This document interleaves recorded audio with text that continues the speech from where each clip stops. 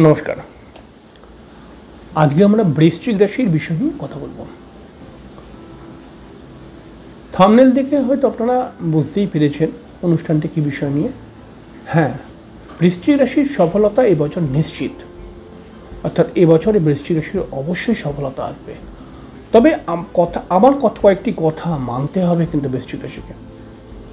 যদি বৃশ্চিক রাশি আমার কয়েকটি কথা যেগুলি আমি বলবো যদি মেনে নিতে পারে, তাহলে এই বছরে এদের সফল হতে, এদের নিজের ইচ্ছা পূরণ করতে কেউ রুখতে পারবে না। খুব ইন্টারেস্টিং অনুষ্ঠান।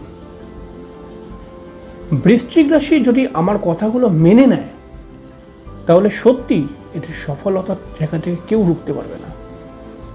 আমরা এই অনুষ্ঠানটি দুটি দৃষ্টিভঙ্গি থেকে দুটি অনুষ্ঠানের মধ্যে কনভার্ট করে দিয়েছি, মানে দুটি অনুষ্ঠানের মধ্যে আমরা দুটি অনুষ্ঠান দিয়ে করব। একটি অনুষ্ঠানের মধ্যে আমি বলবো বৃশ্চিক রাশির ব্যক্তিত্ব, স্বভাব, গুণ এবং ভাবনা চিন্তা এবং কথাবার্তার মধ্যে কিছু পরিবর্তন আনতে হবে, এবং পরের একটি অনুষ্ঠানে বলবো যে বৃশ্চিক রাশির কিছু গ্রহ প্রতিকার করার জন্য ছোট ছোট টোটকা দেব। সেই টোটকাগুলো, অর্থাৎ আপনি যদি বৃশ্চিক রাশি হন, আপনার যেই গ্রহই খারাপ থাকুক সেই গ্রহকে ঠিক করার জন্য কিছু টোটকা বলবো। সেই বিষয়টাকে নিয়ে পরের একটি অনুষ্ঠান করব। আর দুটোই আপনাকে দেখতে হবে, এবং দুটো অনুষ্ঠান মিলিয়ে যদি আপনি সব কথাগুলোকে মেনে নিতে পারেন, আপনাকে সফল হবার থেকে কেউ রুখতে পারবে না। খুব ইন্টারেস্টিং অনুষ্ঠান।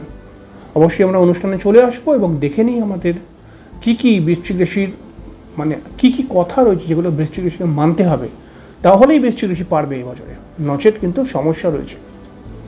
অবশ্যই অনুষ্ঠানে চলে আসবো। অনুষ্ঠান আসার পরে প্রত্যেকবার যে কথাটি বলেই থাকে, আপনারা অবশ্যই চ্যানেলটিকে সাবস্ক্রাইব করে বেল আইকনটা ক্লিক করে দেবেন, এটাই রিকোয়েস্ট। বৃশ্চিক নিয়ে নানা দৃষ্টিভঙ্গি থেকে আমি বিভিন্ন অনুষ্ঠান করেছি। বৃশ্চিক রাশির মানুষদের মধ্যে রয়েছে প্রবল মনের জোর, এবং এই প্রবল মনের জোর এদের কিন্তু অনেক কিছু, এই মনের জোর এদেরকে অনেক কিছু পাইয়ে দেয়। বৃশ্চিক রাশি একটা আত্মবিশ্বাসী রাশি। নিজের ওপর এরা কনফিডেন্স রাখে যে হ্যাঁ আমি পারবই করতে। এবং বৃশ্চিক রাশি কিন্তু একটি বাস্তববাদী রাশি, বর্তমানকে নিয়ে বেশি ভাবনা চিন্তা করে।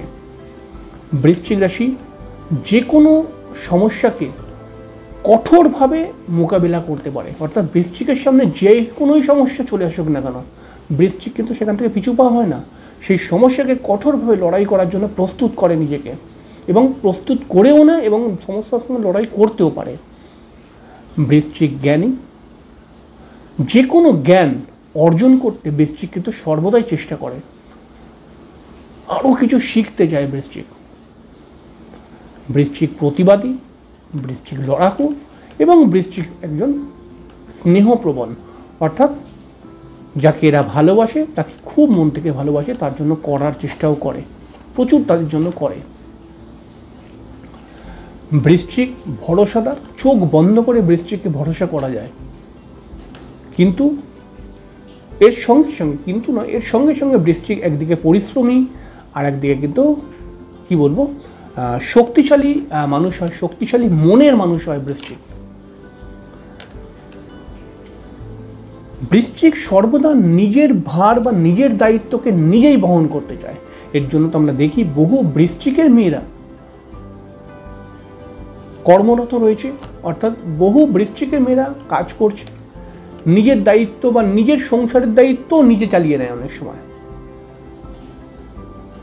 সমস্ত রকম পরিবেশকে বৃশ্চিক কিন্তু মানিয়ে নিতে পারে। তবে আমি বহুদিন আগে একটি অনুষ্ঠান বলেছিলাম বৃশ্চিক রাশির মানুষদের মধ্যে একটি চাহিদা রয়েছে, যে আমাকে রেসপেক্ট করুক। যদি সে আমাকে সামনের লোকটা সম্মান দেয়, আমি তার জন্য সব করব। কিন্তু না, এই বছরটা একটু অন্যরকম। সম্মান তো দরকার, কিন্তু তার সঙ্গে সঙ্গে আরও কিছু ভাবনা চিন্তা, আরও কিছু স্বভাবের মধ্যে পরিবর্তন যদি আপনি আনতে পারেন, তাহলে আপনার মনের ইচ্ছাগুলো এবছর পূর্ণ হবেই হবে, কেউ রুখতে পারবে না। সফলতার খুব কাছাকাছি আপনি পৌঁছে যাবেন, এমনকি সফলতায় পৌঁছেও যেতে পারেন। তাহলে কি করতে হবে? প্রথম, বৃশ্চিক রাশির মানুষ যদি আপনি হন, আপনি কিন্তু খুব সহজেই বিরক্ত হয়ে পড়েন। এবছরে আপনাকে মাথা ঠান্ডা রেখে ভাবতে হবে এবং ভেবে এগোতে হবে। কারণ মাথা গরম করে আপনি কিন্তু শুধু কি বলবো বিরক্তই হন না, মাথা গরম করে কিন্তু আপনি ভুলভাল কথাও অনেক সময় বলে ফেলেন। তাই এবছর কিন্তু আপনি ভুলভাল কথা যতটা পারবেন অ্যাভয়েড করুন, অর্থাৎ নিজেকে শান্ত রাখুন, নইলে পরে কিন্তু এই বছরটা আপনার জন্য খুব ভালো হবে না, কিন্তু সমস্যা চলে আসবে। এতদিন আসেনি কিন্তু এবছর এসে যাবে। এছাড়াও বৃশ্চিক যদি আপনি হন, তাহলে আমি জানি যে আপনার শত্রু আছে, আপনার আশেপাশেতেই আপনার শত্রু আছে, কিন্তু এবছরে আপনি খুব বুদ্ধি করে সিদ্ধান্ত নিন এবং হুড়ুম করে শত্রুকে পরাস্ত করার জন্য, শত্রুকে সাহেস্তা করার জন্য হুড়ুম করে কাছে কোনো তান্ত্রিকের কাছে চলে গেলাম, যা ইচ্ছা করলাম, এটা কিন্তু করবেন না। এবছরে কিন্তু আপনাকে লস করিয়ে দেবে। তান্ত্রিকের কাছে গেলেন, প্রচুর টাকা পয়সা খরচাও করলেন, সেরকম কোনো কাজও হলো না, এরকম বিভিন্ন সমস্যার সম্মুখীন হয়ে পড়তে পারেন এবং বেশ কিছু টাকা পয়সা চলে গেল, কিন্তু আলটিমেটলি লাভ হলো না। আপনার হুড়ুম সিদ্ধান্ত কিন্তু এই লসটা করিয়ে দিতে পারেন। এছাড়াও বৃশ্চিক যদি আপনি হন, তাহলে আপনার কর্মফলকে মেনে নিন। এবছরে শনি আপনার রাশির পঞ্চম স্থানে থাকবে এবং এবছরে একটি বড় সুযোগ, আপনি আপনার কর্মফলকে মেনে নিন। আসলে আমরা প্রত্যেকটি মানুষ কর্মফলের ওপর সীমাবদ্ধ হয়ে রয়েছি, কর্মফলের বাইরে কিচ্ছু নেই। আজকে আমি কাঁদছি, আজকে আমি হাসছি, আজকে আমি প্রচুর টাকার মালিক হয়ে গেছি, আজকে আমি একদম ভিখারি হয়ে গেছি, সবটাই আমার কপালের জায়গা, কপালের বাইরে কিছু নেই। এই কথাটাকে মেনে নিন। আমি জানি আপনার মনে অনেক দুঃখ রয়েছে, আমি জানি আপনি হয়তো রোজ কিছু না কিছু কারণে চোখের জল ফেলেন, কিন্তু আপনি যেদিনকে কর্মফলকে মানতে শুরু করে দেবেন যে এটা আমার কপালেই লেখা ছিল, এই জন্য এরকম হলো, সেদিন থেকে আপনার সমস্যা কমতে শুরু হবে এবং আপনার লক্ষ্যে আপনি পৌঁছাতে পারবেন। শুধু নিজেকে শান্ত রাখুন আর কিছুটা নিজের কপালের উপর ছেড়ে দিন। এছাড়াও যদি বৃশ্চিক হন, তাহলে আপনি পরিশ্রমী অবশ্যই, কিন্তু কোনো সময় আপনি কোথায় পরিশ্রমটা করতে হবে এটা বুঝে উঠতে পারেন না। এর জন্য খুব সহজ পন্থাকে অ্যাপ্লাই করুন। আপনি একটি ঘরের মধ্যে স্থিরভাবে বসুন এবং কোন দিকে পরিশ্রম করলে আমার লাভ হবে, কোন দিকে পরিশ্রম করলে আমার ক্ষতি হবে, কোন দিকটা আমি বেশি চেষ্টা করব, কোন দিকটা চেষ্টা করব না, এটাকে নিয়ে একটা সুস্থভাবে ভাবনা চিন্তা করবেন। এবছরে যদি করতে পারেন, আপনি দেখুন আপনি অনেকটা এগিয়ে যেতে পারবেন। এছাড়াও যে কোনো কাজেতে বা অনেক কাজের মধ্যে আপনি মনে করেন এই কাজটার মধ্যে আপনার লাভ হবে, কিন্তু সর্বদা এরকম হয় না। এমন অনেক কাজ চলে আসে আপনার জীবনে, যেই কাজটা আপনি তো করলেন, কিন্তু আপনি মনে করেছেন ওখান থেকে লাভ উঠাতে পারবো, কিন্তু আলটিমেটলি কোনো লাভই পেলেন না। তাই এবছরে কিন্তু এই ভুল একদম করবেন না। এবছরে প্রত্যেকটি কাজ করার আগে একটু ভাবনা চিন্তা করে খুব ঠান্ডা মাথায় সুস্থ মস্তিষ্কে সিদ্ধান্ত নিন।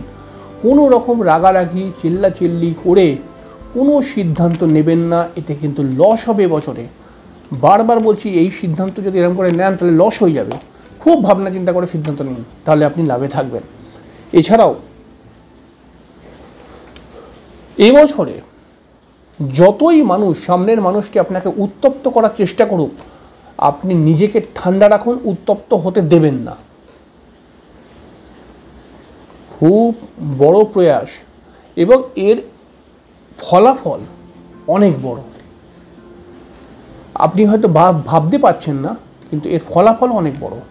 এবছরে আপনাকে বারবার সামনের লোকটা উত্তপ্ত করার চেষ্টা করবে, আপনাকে রাগিয়ে দেওয়ার চেষ্টা করবে, কিন্তু আপনিও মন থেকে স্থির করে নিন, চ্যালেঞ্জ নিয়ে নিন, এবছর আমি রাগবই না।